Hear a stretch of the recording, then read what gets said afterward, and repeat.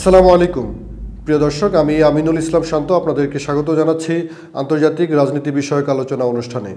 কথা বলতে চাই সিরিয়া পরিস্থিতি নিয়ে। সিরিয়ায় সেখানে বিপ্লবোত্তর সময়ে এখন পর্যন্ত টানা ইসরায়েল হামলা করে যাচ্ছে এবং সবচেয়ে দুঃখজনক ব্যাপার হচ্ছে যে গতকাল শুক্রবার যখন সিরিয়ার রাজধানী দামেস্কে সেখানে সেই দেশের মানুষ তারা আসাদ সরকারের পতন উদযাপন করছিল, তারা যখন সেখানে আনন্দ করছিল, ঠিক সেই সময়েই আমরা দেখছি যে সিরিয়ার রাজধানী দামেস্কে সেখানে সেনাবাহিনীর একটি বড় স্থাপনা, অর্থাৎ একটি বড় সামরিক স্থাপনা, একটি বড় ক্যান্টনমেন্টে সেখানে ইসরায়েলি বাহিনী হামলা করেছে এবং এই হামলায় সেখানেও তারা তছনছ করেছে, যে কাজটি তারা গত কদিন ধরেই করে আসছে। অর্থাৎ বাশার আল আসাদ সরকারের পতনের পরে প্রায় এক সপ্তাহ হতে চলছে। এই পুরো সপ্তাহ ধরেই কিন্তু ইসরায়েল ধ্বংসযজ্ঞ চালাচ্ছে, প্রায় শতভাগ সামরিক স্থাপনা ধ্বংস করে দিয়েছে এই দেশটির ইসরায়েল। এখানে আসলে কি চলছে অনেকেই এসব ঘটনা কানে তুলতেই চাইছেন না। অনেকেই এই বিপ্লবকে এতটা বেশি বুকে ধারণ করছেন, এত বেশি এই বিপ্লবের মধ্য দিয়ে আনন্দ পেয়েছেন যে এর সমালোচনা নিতেই পারছেন না, মানে ইসরায়েলের সমালোচনা নিতে পারছেন না। সুপ্রিয় দর্শক, এখানে মূল ফ্যাক্টরটা হচ্ছে জিওপলিটিক্যাল গেম। ইরান ইসরায়েলের সাথে তার যে জিওপলিটিক্যাল প্রক্সি যুদ্ধে লিপ্ত হয়েছিল, সেই যুদ্ধে ইরান কতটা সফল হয়েছে বা কতটা হয়নি, তার কতটা ভুল ছিল আর কতটা ভুল ছিল না, সেটি ভিন্ন আলোচনা। অবশ্যই ইরানের ভুল থাকতে পারে। আমি ইরানের কোনো মিডিয়াতেও চাকরি করি না এবং ইরানের কোনো সরকারের পক্ষেও কোনো কাজ করি না। একই সঙ্গে তুরস্কের কোনো মিডিয়াতেও চাকরি করি না, তুরস্কের সরকারের পক্ষেও কোনো কাজ করি না। বিষয় হচ্ছে যে আমাদেরকে নিরপেক্ষ দৃষ্টিকোণ থেকে দেখতে হবে সিরিয়াতে আসলে ইসরায়েলের মূল উদ্দেশ্য কী, সে কেন এতটা বেপরোয়া।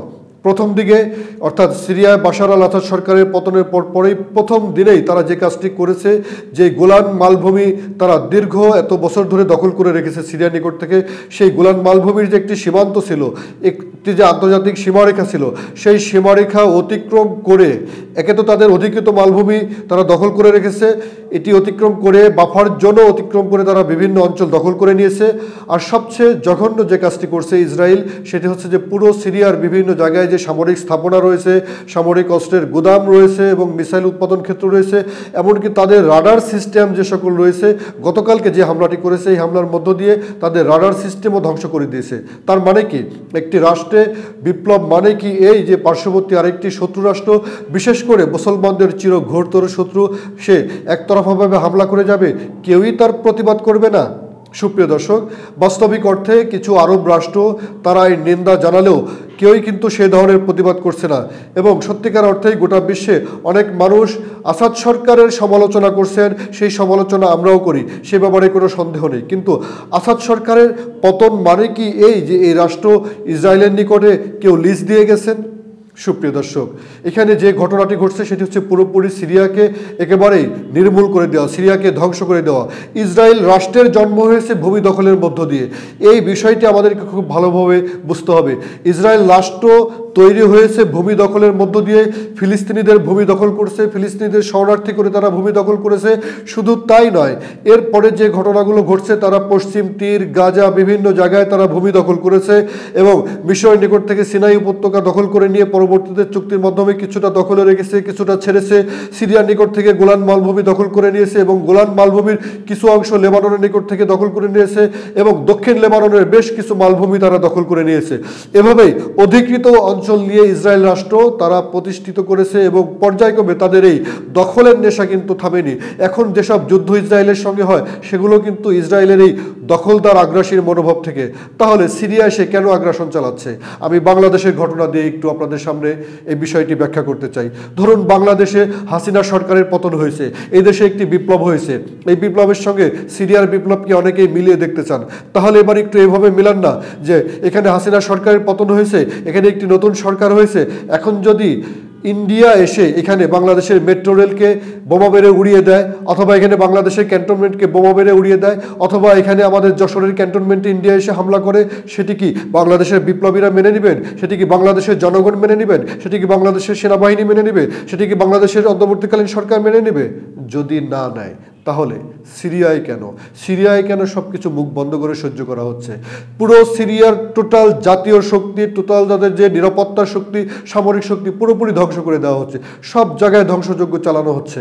কিন্তু এই ধ্বংসযজ্ঞ চালানোর মধ্য দিয়ে ইসরায়েলের মূল উদ্দেশ্য হচ্ছে সিরিয়ার ভূখণ্ড যতদূর পারা যায় ততদূর দখল করে নেওয়া এবং যতদূর পারা যায় সিরিয়াকে দীর্ঘমেয়াদে পঙ্গু করে রাখা। সেই সত্যটি বুঝতে চাইছেন না অনেকেই মনে করছেন যে এখানে আসলে শিয়া সুন্নির দ্বন্দ্ব। সুপ্রিয় দর্শক, এখানে শিয়া সুন্নির দ্বন্দ্বকে সাইডে রেখে জিওপলিটিক্যাল ফ্যাক্টর থেকে বোঝার চেষ্টা করুন। ইসরায়েল সিরিয়ার ভূখণ্ড দখল করতে চায় এবং ইসরায়েল সিরিয়াকে ধ্বংস করে দিচ্ছে। ইসরায়েল মূলত সিরিয়াকে মার্কিন যুক্তরাষ্ট্রের নিকট একটি নতজানু রাষ্ট্র হিসাবে প্রতিষ্ঠা করছে। যারা এই বিষয়টি ভালো করে বুঝতে চান, এই আলোচনা দীর্ঘ করব না, শুধু ক্লু দেই। প্রতিদিন আল জাজিরা থেকে শুরু করে বাংলাদেশের বিভিন্ন পত্রপত্রিকায় যেসব প্রতিবেদন হচ্ছে এই ঘটনাকে কেন্দ্র করে, সেগুলো ভালো করে ফলো করুন, গভীর অন্তর্দৃষ্টি দিয়ে অনুভব করুন, তাহলেই বুঝতে পারবেন যে আসলে কি হচ্ছে। অবশ্যই বাশার আল আসাদ সরকার সেখানে ক্ষমতার মোহে যেই কাজটি করেছিলেন, সেখানে যেই গণহত্যা শুরু হয়েছিল বা যেই গৃহযুদ্ধ চলছিল দীর্ঘদিন, সেটি কোনোভাবেই গ্রহণযোগ্য নয়। আন্তর্জাতিক সম্প্রদায় থেকে শুরু করে কোনো মানবতাবাদী মানুষ কারো নিকটই গ্রহণযোগ্য নয়। আমিও সেটি পছন্দ করি না।